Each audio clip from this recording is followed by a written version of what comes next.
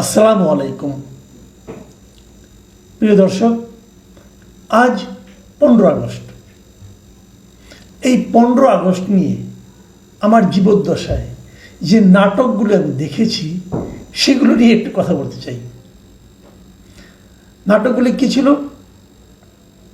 আমি যখন প্রথম সাংবাদিকতা শুরু করি তখন ছিল এরশাদের আমল, 1988, এবং তখন এটা নিয়ে তেমন কোনো মাতামাতি হতো না এবং তেমন কোনো বাধা দেওয়াও হতো না। তারপরে আমি দেখেছি বিএনপি যখন ক্ষমতায় এলো তারা এই 15 আগস্টকে তেমন গুরুত্ব দিত না, তারা কোনো গুরুত্বই দিত না। কিন্তু তাদের শাসন আমলে আওয়ামী লীগ দলীয়ভাবে 15 আগস্ট পালন করত, বিএনপি কোনো বাধাও দিত না। এক পর্যায়ে দেখলাম, একদম শুরুতেই নয়, তারা তো 91 ক্ষমতায় আসলো, এক পর্যায়ে দেখলাম যে 15 আগস্ট প্রধানমন্ত্রী বেগম খালেদা জিয়ার নাকি জন্মদিন, এবং উনি এইটা জন্মদিন পালন করা শুরু করলেন। এটা কিন্তু উনি প্রাইম মিনিস্টার হওয়ার আগে কোনো দিন 15 আগস্ট ওনাকে জন্মদিন পালন করতে আমরা দেখিনি, আমার মনে পড়ে না। হয়তো তখন জন্মদিন পালনই করতেন না, আমি বলতে পারবো না। অথবা ওনার কিন্তু আমি অন্য কোনো দিবসে জন্মদিন হয়েছে সেটাও দেখিনি, এটাও ঠিক। তো উনি প্রধানমন্ত্রী হওয়ার পরও জন্মদিন পালন হতে থাকলো, পাশাপাশি ওনার জন্মদিনও পালিত হতো, পাশাপাশি আওয়ামী লীগের পক্ষ থেকে ওনাদের যে দলের প্রতিষ্ঠাতা বঙ্গবন্ধু শেখ মুজিবুর রহমান, ওনার মৃত্যুবার্ষিকী পালিত হতো।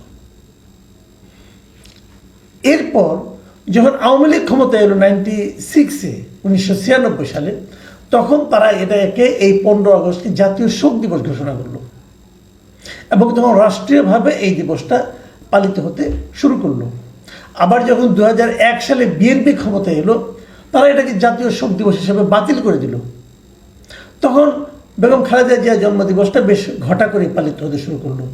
আওয়ামী লীগ তখনও তাদের মতো করে 15 আগস্ট দলীয়ভাবে পালন করত, কোনো সমস্যা ছিল না। 2009 যখন থেকে আওয়ামী লীগ ক্ষমতায় আসলো, আবার এবার তারা কী করলো?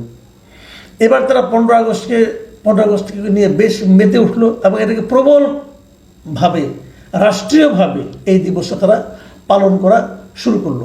এবং পাশাপাশি যাতে নাকি বেগম খালেদা জিয়া 15 আগস্ট জন্মদিন পালন না করে, সেই জন্য নানা রকম সামাজিক সাংস্কৃতিক প্রেশার ক্রিয়েট করতে শুরু করলো। এবং যতই দিন গেল আওয়ামী লীগের শাসনামলের শেষ দিকে তারা এটা নিয়ে বাড়াবাড়ি যাকে বলে, শেষ দিকে এক পর্যায়ে এমন হলো 15 আগস্ট আর না, আগস্ট মাসটাই হয়ে গেল শোকের মাস, এবং আগস্ট মাসকে শোকের মাস হিসেবে পালন করা শুরু করলো। ওখানে 21 আগস্টের গ্রেনেড হামলাও যুক্ত হলো। এইভাবে তারা আগস্ট মাসটাই শোকের মাস। প্রত্যেকটা মিডিয়াতে আমি দেখেছি তখন তারা আগস্ট মাস শোকের মাস ঘটা করে পালন করতো, একদম 1 তারিখ থেকে। তাদের টেলিভিশনে দেখতাম ওই একটা পপ আপ থাকতো, ঘুরতো, কালো রঙের ব্যান্ড থাকতো, অনেক কিছু থাকতো, ব্যাস থাকতো, অনেক কিছু থাকতো। পত্রিকাগুলো তাই করলো, পত্রিকাগুলো ওরকম কালো রঙের ব্যাস বের করতো। কে কার চেয়ে বেশি শোক প্রকাশ করে তার একটা কম্পিটিশন তখন আমি দেখেছি। আমি নিজেও তখন একটা মিডিয়াতে চাকরি করতাম, এই দীর্ঘ সময় তো আমি মিডিয়াতে ছিলাম, তা আমি সবে আমার চোখের সামনে ঘটেছে, দেখেছি। গত বছরের আগস্টের 5 তারিখে যেই মাত্র না আওয়ামী লীগ সরকারের পতন ঘটলো, শেখ হাসিনা ভারত চলে গেলেন, আওয়ামী লীগ সরকারের নেতৃবৃন্দ যারা সবাই পালিয়ে গেলেন, নতুন একটা গণ আন্দোলনের মাধ্যমে নতুন একটা সরকার আসলো। তারা দায়িত্ব নেওয়ার 8 তারিখে সরকার দায়িত্ব নিল, দায়িত্ব নেওয়ার পরের সপ্তাহেই তো 15 আগস্ট। সেই 15 আগস্টে কী হবে? সরকার সমস্ত পলিটিক্যাল পার্টিকে ডেকে ডেকে জিজ্ঞাসা করলো 15 আগস্টে কী করতে চায় তারা, এবং সবার কাছ থেকে একজনের মৌন সম্মতি লাভ করার পর তারা 15 আগস্ট পালন তো হলোই না, কাউকে করতেও দিল না, এবং এক পর্যায়ে তারা জাতীয় শোক দিবস হিসাবে 15 আগস্টকে বাতিল করে দিল। এবং সর্বশেষ দেখলাম এবার প্রধান উপদেষ্টা press secretary mister Shafiqul Alam, উনি বললেন 15 আগস্ট মাসের আর সব দিনের মতো যে কোনো একটা দিন। এভাবে উনি 15 আগস্টকে মূল্যায়ন করলেন। আসলে মূল্যায়নে কিছু না, 15 আগস্টে কী ঘটেছিল এই জিনিসটা আমরা আরেকবার একটু রিক্যাপ করি, ছোট করে বলছি। এই দিন ওই সময় 1975 সালের 15 আগস্টে ওই সময় যিনি বাংলাদেশের রাষ্ট্রপ্রধান ছিলেন, সরকার প্রধান ছিলেন বঙ্গবন্ধু শেখ মুজিবুর রহমান, উনি 32 নম্বর থাকতেন ধানমন্ডিতে। ওনাকে সপরিবারে হত্যা করা হয় এবং হত্যা করার পেছনে কারণ দেখানো হয় যে উনি 72 সালের দায়িত্ব নেওয়ার পর থেকে 75 পর্যন্ত এই 3.5 বছরে দেশটাকে দুর্বিষহ একটা অবস্থায় পৌঁছে দিয়েছিলেন। দেশটা অর্থনৈতিকভাবে পঙ্গু হয়ে গিয়েছিল, মানুষের জীবনযাপন কঠিন হয়ে গিয়েছিল এবং সর্বোপরি তার বিরুদ্ধে অভিযোগ ছিল উনি নাকি দেশটাকে ভারতের কাছে প্রায় বলতে গেলে বিক্রি করে দিয়েছিলেন অথবা ভারতের করদ রাজ্যে পরিণত করেছিলেন। এবং এই সঙ্গে উনি গণতন্ত্রকে গলা টিপে হত্যা করেছেন, বাকশাল কায়েম করেছেন, সমস্ত মানুষের বাক স্বাধীনতা নষ্ট করার জন্য উনি সমস্ত পত্রিকা বন্ধ করে দিয়েছেন, মাত্র 4টা পত্রিকা রেখে। এই সমস্ত অনেক ধরনের কথাই তার বিরুদ্ধে অভিযোগ করা হয়। এই অভিযোগগুলো একেবারে ভিত্তিহীন আমি কিন্তু তা বলবো না। এই অভিযোগ যখন তার বিরুদ্ধে উত্থাপন করা হয়, এগুলিকে আপনি খণ্ডন করতে পারবেন না। এগুলি ঘটনা কিন্তু অসত্য নয়, আমি নিজেও বলছি অসত্য নয়। কিন্তু এইগুলি সত্যতা মেনে নেওয়ার পরেও বঙ্গবন্ধুর জীবন তো 72 থেকে শুরু হয়নি, বঙ্গবন্ধুর জীবন আরও আগের থেকে শুরু হয়েছে এবং আমাদের স্বাধীনতার আগের থেকে উনি কিন্তু বঙ্গবন্ধু হিসেবে মানুষের কাছে পরিচিত। তাকে সেই সম্মানটা দেশের মানুষ দিয়েছিল বলেই তাকে সবাই এই নামেই ডাকত এবং এই নাম ধারণ করেই উনি কিন্তু আমাদের স্বাধীনতা যে সংগ্রামটা হয়েছে, এই সংগ্রামের সময়, যুদ্ধের সময় তাকে লোকে এইভাবেই সম্মান করত। এবং আমাদের আজকে যে স্বাধীন একটা দেশ পেয়েছি, এই আন্দোলনটা হয়েছে বঙ্গবন্ধু শেখ মুজিবুর রহমানের নামে। ওই সময় যারা মুক্তিযুদ্ধ করেছেন তারা জানতেন। বঙ্গবন্ধুকে অ্যারেস্ট করে নিয়ে যাওয়া হয়েছিল পশ্চিম পাকিস্তানে, তৎকালীন পশ্চিম পাকিস্তানে। পাক বাহিনীর লোকেরা, পাকিস্তান শাসক যারা ছিল ইয়াহিয়া খান, তারা ওনাকে অ্যারেস্ট করে নিয়ে গিয়েছিলেন এবং এই যুদ্ধের 9 মাসই উনি ওখানে বন্দী অবস্থায় ছিলেন। আপনি যদি বলবেন উনি কোনো ভূমিকা রাখেন না, কিন্তু একটা কথা আপনারা বলেন, এই সময় যদি লোকে জানতো যে বঙ্গবন্ধুর মৃত্যু হয়েছে, তাহলে মানুষ কিন্তু একদমই যারা মুক্তিযুদ্ধ করেছিল সেই মুক্তিযুদ্ধ শেষ পর্যন্ত সফল হতো কিনা আমার সন্দেহ আছে। সবাই কিন্তু ওনাকে সামনে রেখে, ওনার নাম, ওনার কর্মকে হৃদয়ে ধারণ করে সবাই কিন্তু মুক্তিযুদ্ধ করেছেন। সেই হিসেবে আমি বলবো বাংলাদেশের মুক্তিযুদ্ধের যে মহানায়ক উনি বঙ্গবন্ধু শেখ মুজিবুর রহমান। তারপর অনেক কিছু ঘটেছে, উনি শাসক হিসেবে ব্যর্থ ছিলেন, এটা আমি নিজে মনে করি। কারণ ওনার আমলে 74 সালে দুর্ভিক্ষ হয়েছিল। আমি তখন 8ম শ্রেণীতে পড়ি, আমার অনেক কিছু মনে আছে। সেই দুর্ভিক্ষের সরাসরি ভুক্তভোগী আমরা, আমার পরিবার। আমরা অনেক বেলা না খেয়ে থেকেছি, আমরা আটার জাউ খেয়ে জীবনযাপন করেছি আমি নিজে। কাজে অন্যদের কাছ থেকে আমার শুনে কথা বলতে হবে না, আমি দেখেছি বঙ্গবন্ধুর কুশাসন সাধারণ মানুষের মধ্যে কি বিপর্যস্ত করে তুলেছিল মানুষের জনজীবন, সেটা আমি দেখেছি ভাই।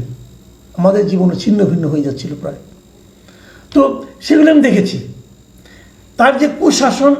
সেজন্য আমি মনে করি এই 75-এর 15 আগস্ট এই অভ্যুত্থান না ঘটলেও 2 দিন আগে অথবা পরে ওনাকে যেতে হতো।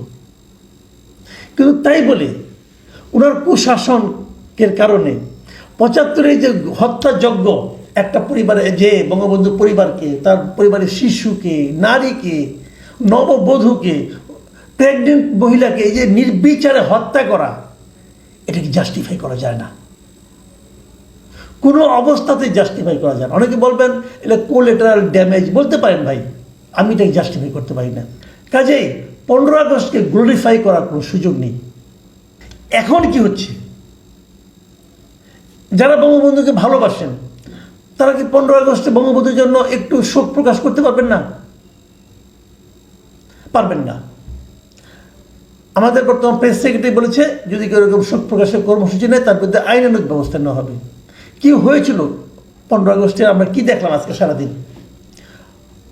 ওর সামনে ট্রাক রেখে উচ্চস্বরে সাউন্ড বক্স লাগিয়ে ডিজে পার্টি করা হয়েছে, গান বাজানো হয়েছে বঙ্গবন্ধুর 32 নম্বরের বাড়ির সামনে। বঙ্গবন্ধুর 32 নম্বর বাড়িটা গত বছর ভেঙে দেওয়া হয়েছিল, গত বছর ফেব্রুয়ারিতে।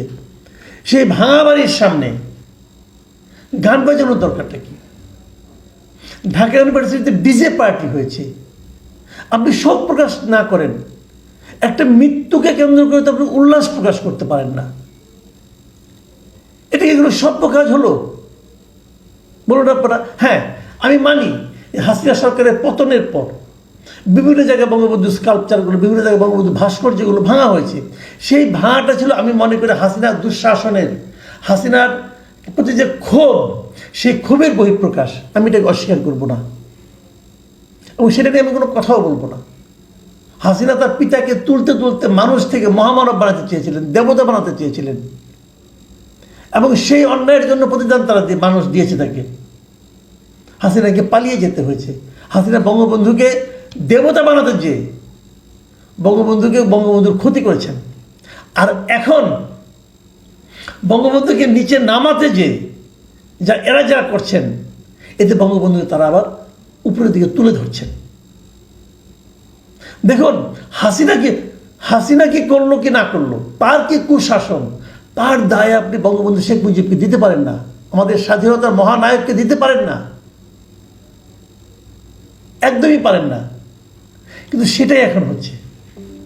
হাসিনার ক্ষোভ যে পড়ছে তার পিতার উপর, যে কার উপর, যিনি আজকের থেকে কত বছর আগে বলুন, 50 বছর আগে যিনি মারা গেছেন জাস্ট, আজকে তাদের এই সমস্ত সিদ্ধান্ত দিচ্ছেন, তাদের জন্ম তখন হয় নাই। তো এটা কেন? এর মাধ্যমে আপনি প্রতিহিংসা প্রকাশ করছেন। প্রতিহিংসা কি জাতিকে অগ্রসর করতে পারবে? আজকে দেখলাম অনেক লোক ঢাকার বাইরে থেকে এসেছেন, বয়স্ক লোক, নারীরা এসেছেন, যারা বঙ্গবন্ধুকে ভালোবাসেন, তাদেরকে হেনস্থা করা হয়েছে। প্রেস সেক্রেটারি বলেছিল আইনানুগ ব্যবস্থা নেওয়া হবে। এই আইনানুগ মানে হলো হেনস্থা করা, সেটা বুঝতে পারলাম। অনেকগুলো ভিডিও দেখলাম আমরা সোশ্যাল মিডিয়ায়। এটা কোনো সভ্যতা নয়। আমি স্পষ্টভাবে দায়িত্ব নিয়ে বলতে চাচ্ছি, এটা সভ্যতা নয়। আপনি তাকে অপছন্দ করতে পারেন, আমার কোনো না নাই। কেউ যদি তাকে পছন্দ করে, কেউ যদি তাকে পছন্দ করে, তার মৃত্যুতে শোক প্রকাশ করে, আপনি বাধা দেবেন কেন? কোন আইনে বাধা দেবেন? কেউ শোক প্রকাশ করবে, কেউ শোক প্রকাশ করবে না, যার যার ব্যাপার। আমাদের দেশে আমাদের কালচার একটা আছে, পরম শত্রু যদি মৃত্যু হয়, তবু তার মৃত্যুতে কেউ আলহামদুলিল্লাহ বলে না। আমাদের বাবা মারা এগুলো আমাদের শেখায় নাই। যারা আজকে ডিজে পার্টি করছে, তাদেরকে এটা কে শিখিয়েছে? তার বাবা মা শিখিয়েছে? আমার মনে হয় না। তাদের মাথার মধ্যে রাজনীতির একটা প্রতিহিংসা পরায়ণ চিন্তা ঢুকে দেওয়া হয়েছে। এটা ঢুকে লাভ কি? এতে করে কি আপনি দেশকে অগ্রসর করতে পারবেন? আপনি প্রতিহিংসা চরিতার্থ করতে পারবেন। দেখলাম একটা পত্রিকা পড়লাম, একটা কমেন্ট পড়লাম বিবিসির একটা রিপোর্টে, যে সূর্য সেনা হলে একজন স্টুডেন্ট বলেছে যে প্রতি বছর অগাস্ট মাসে ছাত্রলীগের ছেলেরা তাদের উপর যেরকম টর্চার করতো, সেই টর্চারের প্রতিবাদ হিসেবে তারা আজকে এটা করছেন। তো এটা করে আপনি তো তাদের পর্যায়ে নিজেকে নামাই নিয়ে গেলেন। তাহলে তার সঙ্গে আপনার পার্থক্যটা কি থাকলো?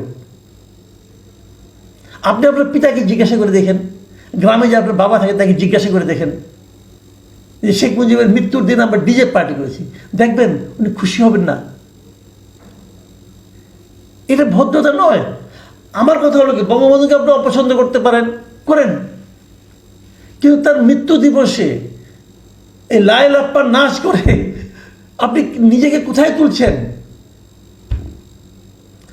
আমার মনে হয় এই সমস্ত ব্যাপারে জাতিকে আসলে একটা ইয়াং জেনারেশনকে একটি দিক নির্দেশনা দেওয়া দরকার। এবং এই জন্যই কিন্তু ডক্টর ইউনূসকে আমরা চয়েস করেছিলাম। উনি হয়তো সবার শ্রদ্ধেয় হবেন, সবাইকে ঐক্যবদ্ধ করতে পারবেন, সবাইকে বোঝাতে পারবেন যে ঝগড়া প্রতিহিংসা এগুলো কোনো সমাধান নয়। দেশকে অগ্রসর করতে হলে সবাইকে ঐক্যবদ্ধ করতে হবে। সেই ঐক্যের বাণী ওনার মুখে শুনতে চেয়েছিলাম, কিন্তু ওনার প্রেস সেক্রেটারি সেটাকে মারামারির পর্যায়ে নিয়ে গেছেন। খুবই আনফর্চুনেট, খুবই দুর্ভাগ্যজনক। প্রিয় দর্শক, এখন এ পর্যন্তই। আল্লাহ হাফেজ।